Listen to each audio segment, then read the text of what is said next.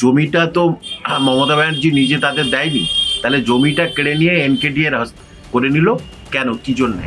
তৃণমূলের ছোট বড় লিডার, ফুটপাতের মুসলিম লিডার যারা আছে, প্যান ফুটো মুসলিম যারা ওই তৃণমূল করে খায় আর কি, তো তারাই তখন নানা রকম কথা বলেছিল। এখন কি হবে? মসজিদ ভেঙে দিল আর মসজিদের জমি কেড়ে নিল। আরো তো ভয়াবহ এটা, মসজিদের জমি কেড়ে নিল। কিছুদিনের মধ্যে আপনি দেখতে পাবেন মুসলমানদের জন্য একটা ভোটের আগে বিরাট কিছু মসজিদ তৈরি করে ঝুলিয়ে দেওয়ার মতো। হ্যাঁ, একটা যাও দেখো তোমাদের জন্য আমি এটা করে দিলাম। বাবরি মসজিদের সঙ্গে সংখ্যালঘুদের একটা অন্তরাত্মার টান জড়িয়ে আছে, সেটা কিন্তু সেই হাওয়াটা হুমায়ুন কবির বুঝে গেছে। এখন কোনোভাবেই যদি সেটাকে আটকানো যায় সেটা করছে। সুপ্রিম কোর্ট যেখানে অর্ডার দিয়েছে যে বাবরি মসজিদ বা সেই জন্য, তার উপরে তো আমরা কেউ সুপ্রিম কোর্টের উপরে নয়। কিন্তু এই মমতা ব্যানার্জি এবং তার দলবল এই যে হিন্দু মুসলিম নিয়ে এই রাজ্যে যে রাজনীতি করছে, সেই বিশেষ করে সংখ্যালঘুদের নিয়ে যে রাজনীতিটা করছে ভোট বাক্স বাড়ানোর জন্যে, এই ধরনের মানসিকতাকে ধিক্কার জানাতে হয়। এক মুসলমানদের ভোটে আপনি জিতে আসছেন, তাহলে এখানে আপনি কি করছেন? কোন রকমের মুসলিমদের উন্নয়নের জন্য কিছু করেছে? মমতা ব্যানার্জি জানে যদি ওয়াকআপ নিয়ে বেশি ঘাটাঘাটি করি না, তাহলে এগুলো জেনে যাবে লোকে যে আমি কিভাবে ওয়াকআপ সম্পত্তি নিয়ে মুসলমানদের সঙ্গে যাদের আবেগ জড়িত সেই ওয়াকআপ সম্পত্তি আমি কেমন বেহাত করেছি, কিভাবে ওয়াকআপ সম্পত্তি হাতছাড়া হয়েছে সেটা নিয়ে কোনো কথা বলছেন না। আর এই জন্যই উনি সংখ্যালঘুদের টোপকে ওই ওয়াকআপ বিলটাকে সাপোর্ট করে দিয়েছে।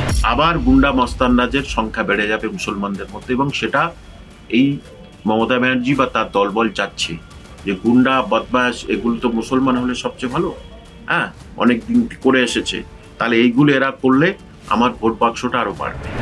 সিদ্দিকুল্লাহ চৌধুরী তিনি বলছেন সরকার আমাদের সংখ্যালঘুদের অনাথ বাচ্চার মতো ছেড়ে দিয়েছে। তাহলে আপনি ওখানে বসে আছেন কেন? আমি কামাল হোসেন তো মুখের উপরে ছড়িয়ে দিয়ে চলে এসেছিলাম যে থাকবো না। স্যার, উত্তরপ্রদেশে মসজিদ ভাঙলে বাংলার তৃণমূল মুসলিম নেতাদের ও মুখ্যমন্ত্রীর প্রতিবাদ কণ্ঠ শোনা যায়, কিন্তু নিউ টাউনের যে জমি স্বাস্থ্য দপ্তর কেড়ে নিল বা এনকেডি কেড়ে নিল, সেই ক্ষেত্রে এই বাংলার মুসলিম চুপ কেন? কারণ এখানে বেশি চেল্লামেল্লি করলে আবার যা করে খাচ্ছিল সেটা তো হবে না। সিদ্দিকুল্লাহ চৌধুরী ওয়াকআপের জন্য পথে নেমেছিল, অনেক কিছু করেছিল। মমতা ব্যানার্জি যেই বললো চুপ, দিল্লিতে গিয়ে করে চুপ হয়ে গেছে। তাহলে আজকের উত্তরপ্রদেশ থেকে আরো জায়গায় মসজিদ যে ভাঙছে বিজেপি সরকার, কেন ভাঙছে সেটা তারা জানবে, কি আইন আছে এ নিয়ে আমি বিতর্কে যাব না। তখন এখানকার এই যে এমনি যারা আছে মুসলিম আর কি, যারা তারাও চিল্লাচ্ছে, এবং তৃণমূলের ছোট বড় লিডার, ফুটপাতের মুসলিম লিডার যারা আছে, প্যান ছাড়া মুসলিম যারা আর কি, প্যান ফুটো মুসলিম যারা ওই তৃণমূল করে খায় আর কি, তৃণমূলের ধ্বজা ধরে খায় আর কি, তো তারাই তখন নানা রকম কথা বলেছিল। এখন কি হবে? মসজিদ ভেঙে দিল আর মসজিদের জমি কেড়ে নিল। আরো তো ভয়াবহ এটা, মসজিদের জমি কেড়ে নিল। তাহলে জমিটা তো মমতা ব্যানার্জি নিজে তাদের দেয়নি, তাহলে জমিটা কেড়ে নিয়ে এনকেডি এর করে নিল কেন, কি জন্যে? সেটা কি একবার তাদের সঙ্গে আলোচনা করেছিল বা বলেছিল? এই যে চুপিসারে এটা নিল, আজকে আমরা জানতে পেরেছেন বলে তো আজকের এই ঘটনা, এইটা সবাই বুঝে গেল। দেখবেন কিছুদিন পরেও যাওয়া এটা বলে দেবে ঠিক আছে তোমাদের জন্য এবার একটা, মানে কিছুদিনের মধ্যে আপনি দেখতে পাবেন মুসলমানদের জন্য একটা ভোটের আগে বিরাট কিছু মসজিদ তৈরি করে ঝুলিয়ে দেওয়ার মতো। হ্যাঁ, একটা যাও দেখো তোমাদের জন্য আমি এটা করে দিলাম। কিন্তু সেই হাওয়াটা কেড়ে নিচ্ছে হুমায়ুন কবির। ও কিন্তু এই হাওয়াটাই কেড়ে নিচ্ছে। ও অলরেডি বলে দিয়েছে আমি বাবরি মসজিদ করবো, কারণ এই বাবরি মসজিদের সঙ্গে সংখ্যালঘুদের একটা অন্তরাত্মার টান জড়িয়ে আছে, সেটা কিন্তু সেই হাওয়াটা বা হুমায়ুন কবির বুঝে গেছে। এখন কোনোভাবেই যদি সেটাকে আটকানো যায় সেটা করছে। দেখুন, ভারতবর্ষে মন্দির মসজিদ সহাবস্থান সবসময় থাকে। সুপ্রিম কোর্ট যেখানে অর্ডার দিয়েছে যে বাবরি মসজিদ বা সেই জন্য, তার উপরে তো আমরা কেউ সুপ্রিম কোর্টের উপরে নয়।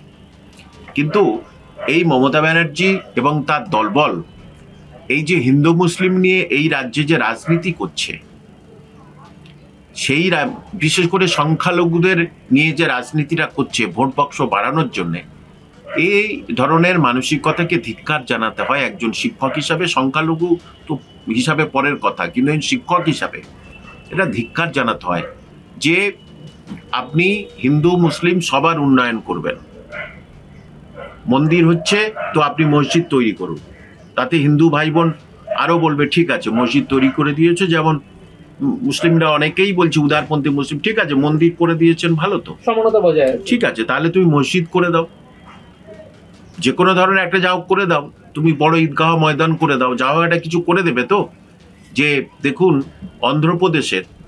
অন্ধ্রপ্রদেশের সরকার কিছুদিন আগে কি করেছে, যে আমাদের হজ হাউস একটা, অন্ধ্রপ্রদেশ সরকার তিনি প্রান্তিক এলাকায় 2টো হজ হাউস করে দিয়েছে, এবং 12 ক্লাস পর্যন্ত মুসলিম মহিলাদের ফ্রি পড়াশোনা করে, কোনো পয়সা লাগবে না তা, এবং হজে যারা যাবেন তাদেরকে 1 লক্ষ টাকা করে দান করে। ইনি কি করেছেন? অন্ধ্রপ্রদেশে তো মুসলমানের সংখ্যা খুব কম, 20 নিচে, 20 নিচে। তাহলে কি করেছেন আপনি? এখানে মুসলমানদের ভোটে আপনি জিতে আসছেন, তাহলে এখানে আপনি কি করছেন? যে কোনো রকমের মুসলিমদের উন্নয়নের জন্য কিছু করেছে?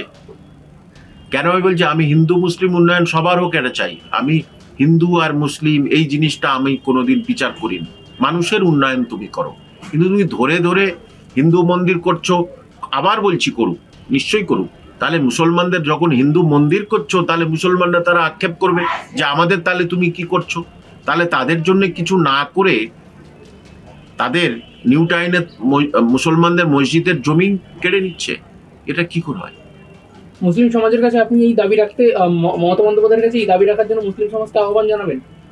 দেখুন আহ্বান তো বহুদিন ধরে জানাচ্ছি, কিন্তু এই যে তৃণমূলের যারা ওই বললাম না মানে ফুটপাতের মস্তান আর কি, প্যান ফুটো যারা আছে, ওই জয়নগরের কে গাজী নাকি বলেছিল না, ওর হতে দেবো না, ওর হতে দেবো না, ওর হতে দেবো না।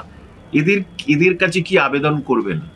যারা সকালবেলা উঠে কি খাবে জানে না, এই ডায়লগ বাজি দিলে যে বিজেপি করলে আমরা এই করব না, যে কে পার্টি করবে সেটা তার সাংবিধানিক অধিকার, সেখানে কেউ হস্তক্ষেপ করতে পারে না। কিন্তু কাজ করে তো দেখাতে হবে। তৃণমূল সরকার কাজ তো করেনি, অকাজ করে গেছে সব। সেই জন্য এই সমস্ত নেতাদের, যারা মুসলিম এই সমস্ত নেতারা আছে, তাদের কাছে কি অ্যাপিল করবো আমি? তারা তো জানে তৃণমূলের এই ধজ্জা ধরে আমি তো সারাদিন খেতে পাচ্ছি, ধজ্জাটা চলে গেলে আমি তো আর খেতে পাবো না। সেই জন্য তাদের কাছে কি আবেদন করব? কিন্তু সারা পশ্চিমবঙ্গবাসীর কাছে, হিন্দু মুসলিম সবার কাছে আবেদন করছি যে কিভাবে সংখ্যালঘুদের পিছিয়ে দিচ্ছে এই মমতা ব্যানার্জি, কিভাবে সংখ্যালঘুদের মধ্যে মারামারি লাগিয়ে দিচ্ছে, কিভাবে ছোট্ট তামান্নাকে মেরে ফেলে দিল বিজয় উল্লাসের ফলাফল হিসাবে। তা মমতা ব্যানার্জি একটু কোনো কথা বলল না। এবং যিনি বলেছিলেন ওয়াক আপ প্রথমে, তারপরে নিজেই বললেন ওয়াক আপ হবে না, এবং নিজেই নিজের সবকিছু হচ্ছে তুলে দিতে হবে কেন্দ্রীয় সেন্ট্রাল লেভেল। এবং 3 জায়গায়, মহাবীরতলায়, টালিগঞ্জের মহাবীরতলায় তৃণমূলের এক টপ নেতার, সে হচ্ছে বিশাল বড় জায়গা নিয়ে রেখেছে ওয়াকআপের। তালবাগান রোড পার্ক সার্কাসের কাছে সেখানে বিশাল একটা বেশ কিছু জায়গা নিয়ে রেখেছে। আর হচ্ছে কি কৃষ্ণনগরে সেখানে প্রায় 5000 নাকি বর্গ ফুট নাকি একটা জায়গা সে দখলে করে রেখে দিয়েছে, হ্যাঁ নিজের স্বার্থে। তাহলে প্রায় আপনার এখানে 8500 ওয়াকআপ সম্পত্তি আছে, 8500, সেখানে প্রায় 550 মতো 350 মতো ওয়াকআপ সম্পত্তি হাতছাড়া। সেটা কে নিয়েছে আমরা তো কয়েকটা জানতে পারছি, তাহলে সেগুলো কোথায়? মমতা ব্যানার্জি জানে যদি ওয়াকআপ নিয়ে বেশি ঘাটাঘাটি করি না, তাহলে এগুলো জেনে যাবে লোকে যে আমি কিভাবে ওয়াকআপ সম্পত্তি নিয়ে মুসলমানদের সঙ্গে যাদের আবেগ জড়িত সেই ওয়াকআপ সম্পত্তি আমি কেমন বেহাত করেছি, এবং কয়েক হাজার কোটি টাকা সেখান থেকে ইনকাম হওয়ার কথা। তার নিজেরও কি এই ওয়াকআপ থেকে সম্পত্তি থাকতে পারে? দেখুন থাকলেও থাকতে পারে, কিন্তু তিনিও তো দেখেও দেখছেন না কেন যে কিভাবে ওয়াকআপ সম্পত্তি হাতছাড়া হয়েছে সেটা নিয়ে কোনো কথা বলছেন না। আর এই জন্যই উনি সংখ্যালঘুদের টোপকে ওই ওয়াকআপ বিলটাকে সাপোর্ট করে দিয়েছে, এবং সব কিছু সেখানে করে দেবে। সেন্ট্রালকে বলবে বাবা এটা হয়তো বা বলতে পারে যে এই হয়েছে, এটা তুমি মুসলমানরা কে, তাদেরকে কিছুদিন পরে বিজেপি জুজু দেখিয়ে দেবে, যা হোক একটা করে দিল, হ্যাঁ তোমরা হিন্দুদের, তোমরা মানে বিজেপির পার্টি মানে হিন্দুদের পার্টি আর কি, যে উনি বানিয়েছে হিন্দুদের পার্টি, তুমি হিন্দুদের পার্টিতে ভোট দেবেন না। তাহলে মুসলমানদের বোঝার সময় চলে যাচ্ছে। এই ইলেকশনটা হয়ে গেলে, একবার জিতে গেলে মুসলমানদের যে কি হাল করবে মমতা ব্যানার্জি, সেটা আমি ছাড়া কেউ করতে পারে বোঝে না। বর্তমানে যে পরিস্থিতি রয়েছে তার থেকেও করুণ পরিস্থিতি হবে, আরো করুণ পরিস্থিতি হবে। মানে সংখ্যালঘুরা তবু মোটামুটি ভাবে আত্মসম্মান বিকে না দিয়ে তারা ঘুরে বেড়াচ্ছে, খাওয়া দাওয়া সবকিছুকে। যারা তৃণমূল পার্টি থেকে সরে আসে তারা বলছে সম্মানের সঙ্গে তারা বেঁচে আছে, সেই বাঁচতেও দেবে না, কারণ এরা তৃণমূল করতো না, এরা তৃণমূলের বিরুদ্ধে বলতো, তাহলে ভোটের পরে এদেরকে বলে। সুতরাং আবার গুন্ডা মস্তানরাজের সংখ্যা বেড়ে যাবে মুসলমানদের মধ্যে, এবং সেটা এই মমতা ব্যানার্জি বা তার দলবল চাচ্ছে যে গুন্ডা বদমাশ এগুলো তো মুসলমান হলে সবচেয়ে ভালো, হ্যাঁ অনেকদিন করে এসেছে, তাহলে এইগুলো এরা করলে আমার ভোট বাক্সটা আরো বাড়বে। সিদ্দিকুল্লাহ চৌধুরী তিনি বলছেন সরকার আমাদের সংখ্যালঘুদের অনাথ বাচ্চার মতো ছেড়ে দিয়েছে। তাহলে আপনি ওখানে বসে আছেন কেন? আমি কামাল হোসেন তো মুখের উপরে ছড়িয়ে দিয়ে চলে এসেছিলাম যে থাকবো না। আপনি করুন। সিদ্দিকুল্লাহ চৌধুরীর শোনা যাচ্ছে কোট আনকোট আত্মীয় স্বজনদের নাকি চাকরি করে দিয়েছে। আমি বলছি শোনা যাচ্ছে কোট আনকোট, সত্যি হতে মিথ্যা হতে পারে। তো আপনি আগে মুসলমানদের যদি এত প্রীতি যদি আপনার থাকে, তো আপনি রিজাইন দিয়ে চলে আসুন না, যে না আমি এ দলটা করব না, এদিকে দলই করব, সেখানে সবকিছু ভোগ করব, আবার নাম মুসলমানদের অনাথ বানিয়েছে সেটা মুখে বলবো না, এটা হতে পারে না। এটা দ্বিমুখী চরিত্র, এই চরিত্র ঠিক চরিত্র নয়। বোকা বানানোর জন্যই চরিত্র। মুসলমানদের মমতা ব্যানার্জি বোকা বানিয়েছে, এবার সিদ্দিকুল্লাহ চৌধুরী আর একটু বোকা বানাচ্ছে যে দেখো আমি তোমাদের পাশে আছি।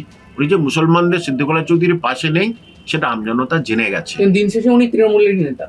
হ্যাঁ, দিনের শেষে তৃণমূলের নেতা, সেখানে মিটিংয়ে যাচ্ছে, বিধানসভায় যাচ্ছে। একবার ওখানে বলেছে এই ওয়াকআপ নিয়ে উনি বলেছেন, একটা কথা বলেছেন, এই যে জমি নিউ টাউনের জমি হস্তান্তরে, এটা উনি বলেছেন, কোনো কথা বলেছেন? কোনো কথা বলবেন না, মুখে একটা যা বলার দরকার বললোই চুপ হয়ে গেল।